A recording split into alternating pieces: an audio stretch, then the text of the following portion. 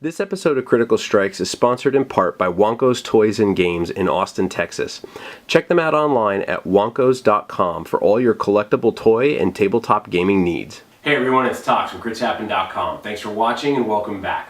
We're back with another Critical Strike episode, which means 3 games in 15 to 20 minutes. But before I get started, I want to say a quick thank you. As you can see behind me, we have a new addition to the Critical Wall. And this is a movie poster one sheet of The Dark Knight Rises. As most of you know, I'm a huge Batman fan, and one of our fans on YouTube, Ryan M. Rich, sent us this along with a few others, and I definitely want to say thank you. It looks really good on the wall, and the posters that we got are really, really cool.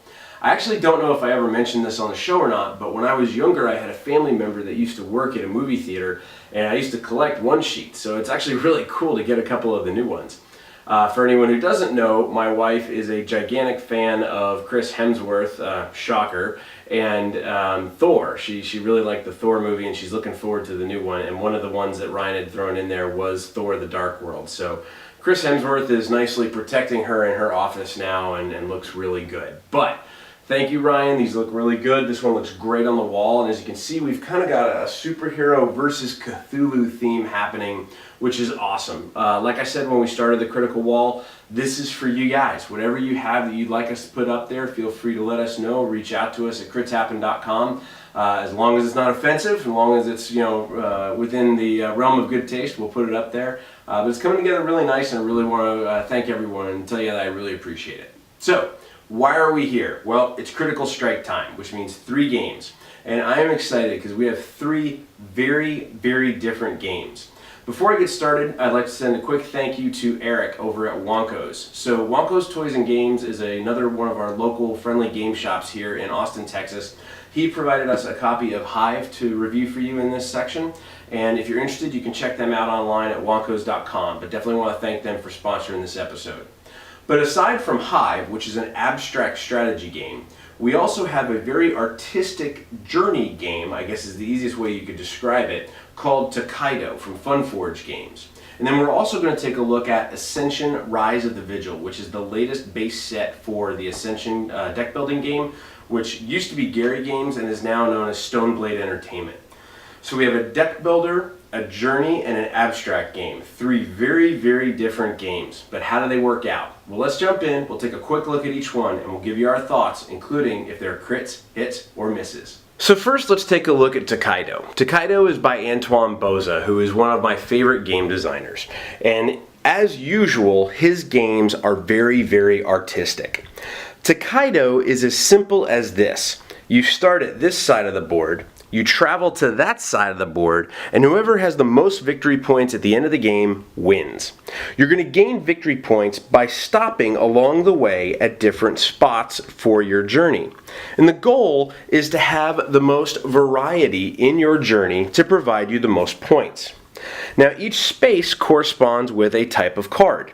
So for Tokaido you have villages, which are the black cards, you have hot springs, which are the pink or the blue cards, you have visitors and travelers, which are the pink cards, you have food cards, which are orange, and then you have panoramas.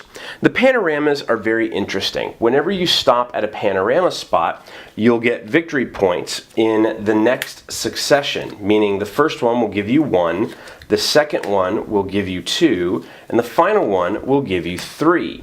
And flipping them over makes a panorama. But each level increases by 1. So the first panorama is 3 phases, the second panorama is 4 phases, and the final one is 5 phases. Now in addition, there are bonuses for being the first to complete panoramas, the first or the person who has the most of certain types of cards at the end of the game, and the person who will donate the most money to temples. Now the interesting thing about Tokaido is that there is no rolling, there is no cards for movement. Each person is going to pick one of a multitude of different characters that will each have a different starting amount of money and each have a different ability on them. And again, they're all very, very artistic. But what's going to happen is, starting in your journey here in the lower left, whoever is furthest behind on the road is going to go first. So in this case, green would start the game, and they can choose any space to go to up to the next inn, which is the area that looks just like the starting space that has the same icon as the food icon. You must stop at each inn along the way. And as you accumulate points, you're going to keep track along the scoring track along the top. And as I said, whoever has the most points at the end of the game is going to win.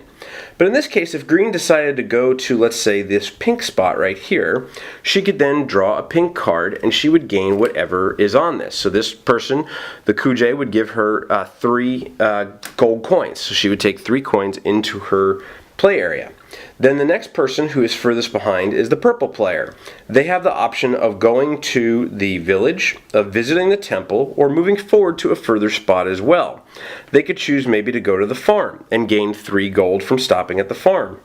And then the blue player would go. And this poses one of the more interesting things about Tokaido. Because the person who is furthest in the back goes first, means that the blue player could visit the village, which he would then choose 3 cards off the top of the deck, and if he has enough money to buy them, he can. But then he could immediately go again because he is the furthest back on the road. So depending along the timing of where people choose, you could take multiple turns in a row. Now, that is a very condensed version of the rules of Tokaido, but essentially you're trying to maximize your stops along the way and gain as many victory points as possible. There are some nice little variations that you can do in terms of going from one side to the other and then back again for a longer game, and doing different things with different types of cards throughout the game. Now, Tokaido is really easy to learn. And it's very hard to master, because not only is the game always changing in terms of the cards you draw, it's also changing in terms of the characters that you're going to be able to play and their abilities that are going to impact the game, as well as how many players you're going to have in the game. Now, as you can see, at each inn there are 5 spots. There is the ability to play this with 2 to 5 players. However, in a 2-player game, there will be some dummy players involved as well. Overall, Tokaido is a joy. It is not deeply strategic, but it is layered strategic. And I think that's the easiest way that I can describe it. There are times that this is going to feel like a very deeply strategic game based on the amount of people that you're playing. But in its heart, it is really a fast-paced, very artistic, beautiful looking game that plays very simple but yet is hard to master. We have had games be spread as little as 1 to 2 points from the winner to the next person, or as high as 10 points based on the strategies that each person has used. Overall, we have enjoyed it very much. But if you're looking for a very deep strategic experience, this probably is not going to provide that. It is, however, very well put together, beautiful components, very easy to follow rulebook, very quick and simple to learn, but very fun in terms of replayability. So overall, at the end of the day, Tokaido gets a crit from critshappen.com. So next up, we have Ascension: Rise of Vigil. Anyone who is not familiar with Ascension, let me explain it very simply. It is a deck building game for 2 to 4 players where you are going to start your game with a basic deck of 2 militia, which when played from your hand will provide you with 1 power each, with 8 apprentice, which when played from your hand, each one will provide you with 1 rune each. Power is the primary resource used to defeat monsters, and runes are the primary resource used to purchase additional cards from the center row or from the always available side area. And then finally, in a new design, this is going to provide a new resource called Energy. And your starting deck is actually going to have an 11th card called an Energy Shard, which when played will provide you with 1 energy and draw you 1 card. Now you'll see in addition over here there are a bunch of Energy Shard treasure cards, which are slightly different in look from the card that starts in your main deck, but will provide you the same ability when played. You get to gain 1 energy and you get to draw 1 card. Now the whole point of Ascension is to acquire the most honor by either cards that have a star value in their lower left hand corner, or by acquiring honor from the honor pool from defeating monsters. And what's going to happen is you have this main deck, and a bunch of energy shards are going to get shuffled into here based on the number of players that are in the game. Do not make the first mistake I and many of my friends made, which is shuffling all these in a 2-player game. That's not what it's meant to do. What happens is you start by populating the center row, and you'll flip over cards from the center row out into this area. Now, if any treasure cards come out, like here we have an energy shard, you continue to draw cards until you get a character or a monster or a construct. So we get another energy shard, so now we have 2. And then we get a reality sculptor. So the reality sculptor takes that place and has those 2 treasures under him. Now what that means is, if I were to play enough runes from my hand in one turn to acquire the Lifebound Muse, I would take it and it would be replaced with the top card from the deck. If I wanted instead to take the reality sculptor for 3 runes, I would take it and both energy shards. This provides some interesting decisions, because before, where maybe a card is out there that you wouldn't normally go after to maximize the efficiency of your deck, in this case you may want it because it's got the energy shards on there. Now energy is different than power and runes. Power and runes are depletable resources, meaning if I play enough runes on my turn to generate 4 runes, if I spend 2, I have 2 left. What energy is called a threshold resource, meaning once I achieve X energy, I have it for the rest of that turn. So if I were to play enough energy shards from my hand, or enough characters that will gain me energy, to say have 5 energy on a turn, anything in the game that requires me to have energized up to 5 energy, I am okay to play. And you'll see on this Lifebound Muse, for example, she says energize 2. Instead, acquire any hero without paying its cost. So if I've played 2 energy shards from my hand, I can use that ability when I play her from my hand. If I have another card that requires 2 energy, I still have that 2 energy. That's a really interesting thing about the energy, being that it's a threshold and not a depletable resource. It does add a lot of new and interesting decisions to make, and in my opinion has taken what is one of the staple deck building games and really kicked it up a gigantic notch. I personally and my playgroup have had more fun with this version of Ascension than any of the other versions and expansions combined together. This provides way more strategic choices in terms of what you're taking from the center row and not just going after the most valuable card. It also provides some really interesting endgame decisions in terms of how you're going to gain those last couple of honor points when that last turn is rolling around.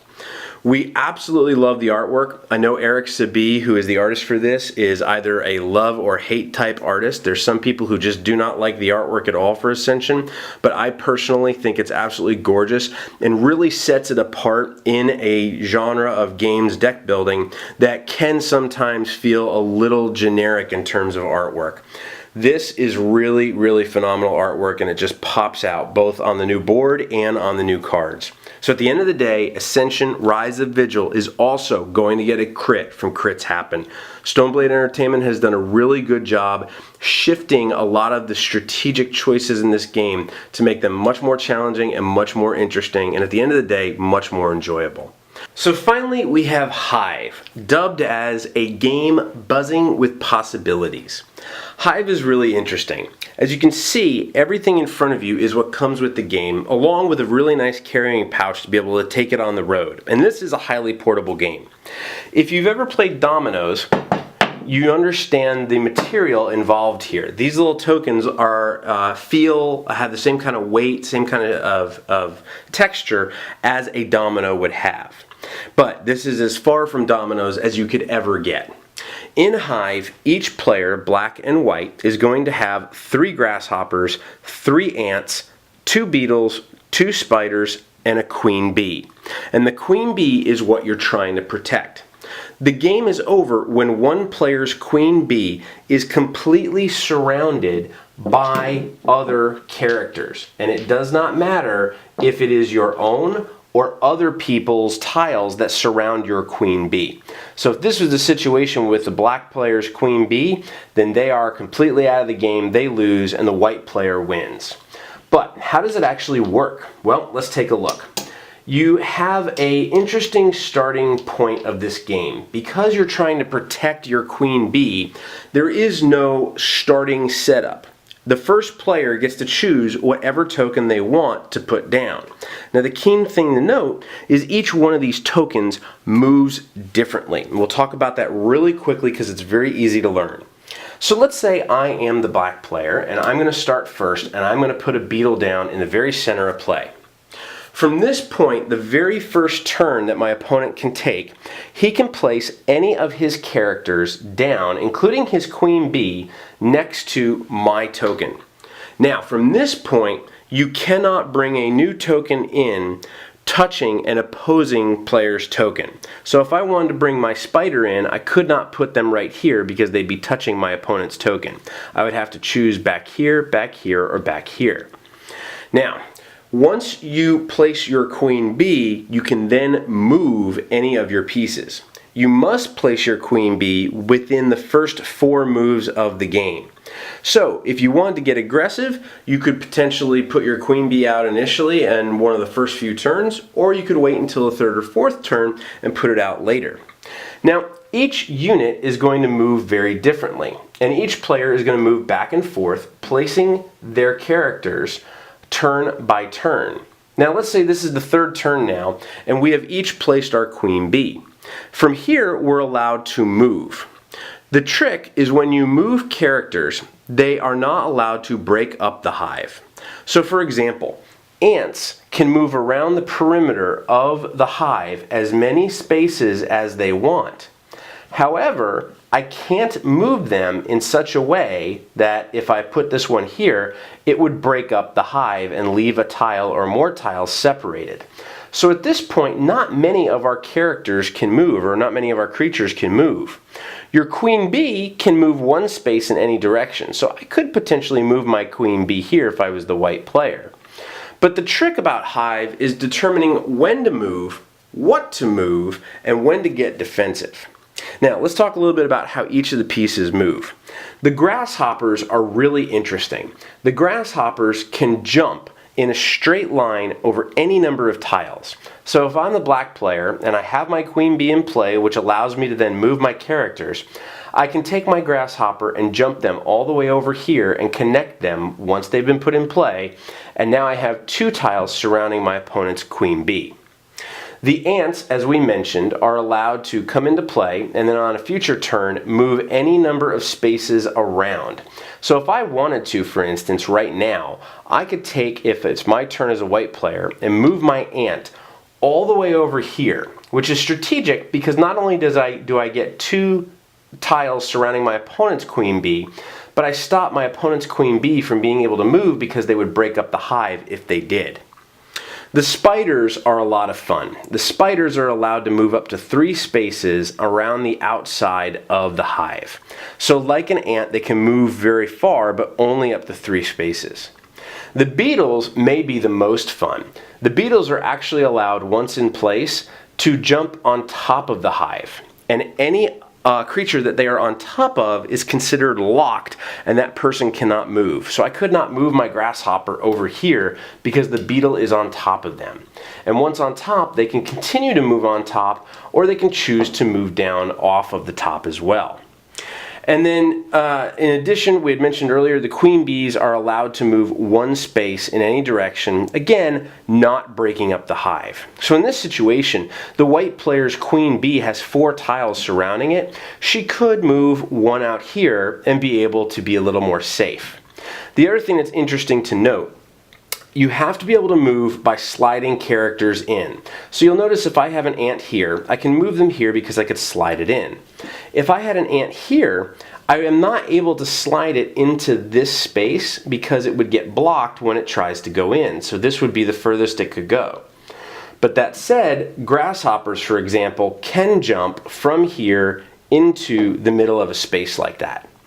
This is the base set. There is another set called Hive Carbon, which is, again, a 2-player game, does have black and white tiles, but doesn't have the colored characters or colored creatures in the game. It's actually going to have black on white and white on black. In addition, Carbon comes with a couple of additional expansions that came out where there were a few extra creatures and a few extra tiles you could use, but by no means is that needed to really enjoy this game. Hive is surprisingly and shockingly one of the more fun abstract games I have ever played in my entire life, which is saying quite a bit because we've played a lot of games. I have seen Hive for a very long time. It's about 2 or 3 years old now, I believe. But I've never had the opportunity to sit down and play it. And I've never been more happy to thank Eric at Wonko's for providing us this copy to be able to play this, because this has been an absolute blast. It's a 2-player, highly portable, very strategic, and always different game. There are many different opening strategies, almost like chess. There are many different defensive and offensive strategies like dominoes and chess, and the concept of the bugs works really, really well. Now, I will let you know, if you're not a bug person, we have had a few people that have played this game and just kind of gotten the heebie-jeebies. But the icons are really cool. They're slightly cartoonish, but really, really colorful in this set. Even the monochrome black on white and white on black from Hive Carbon looks really good. But the key thing about Hive is that it is highly strategic and simple to learn. We taught this to Ninja Zach, for example, who is 7, and he absolutely loved it. And we have probably played this, I would say, almost 20 times in just the last week alone, because it's that quick and that simple to play. You can be done in as quickly as 15 to 20 minutes, which makes it really portable and really, really enjoyable. So at the end of the day, I'm really happy to say this too, Hive gets a crit from critshappen.com. So now you can see why we were excited about this episode of Critical Strikes. All 3 games, Tokaido, Hive, and Ascension Rise of Vigil, get a crit from Crits Happen. Whether it's artistic journeys, whether it's battling bugs, or fantasy-style deck building, each game is going to provide you a beautiful game that's easy to learn and hard to master, that offers a lot of replayability options for you and your playgroup. Once again, I'd like to take a second and thank Eric at Wonko's Toys and Games for providing us a copy of Hive to review for you. If you're interested in Hive or any of the other games you've seen here, you can check them out online at wonkos.com. But until we see you next time, we'd love to hear from you. Please feel free to leave your comments below on the YouTube channel. Of course, you can join in on the discussion at Facebook, on Twitter, and on Google Plus by searching Crits Happen, or at our homepage at critshappen.com. Until we see you next time, though, we hope you enjoy all of your journeys, all of your bugs, and all of your deck building. Keep rolling those dice, and we hope they're all crits.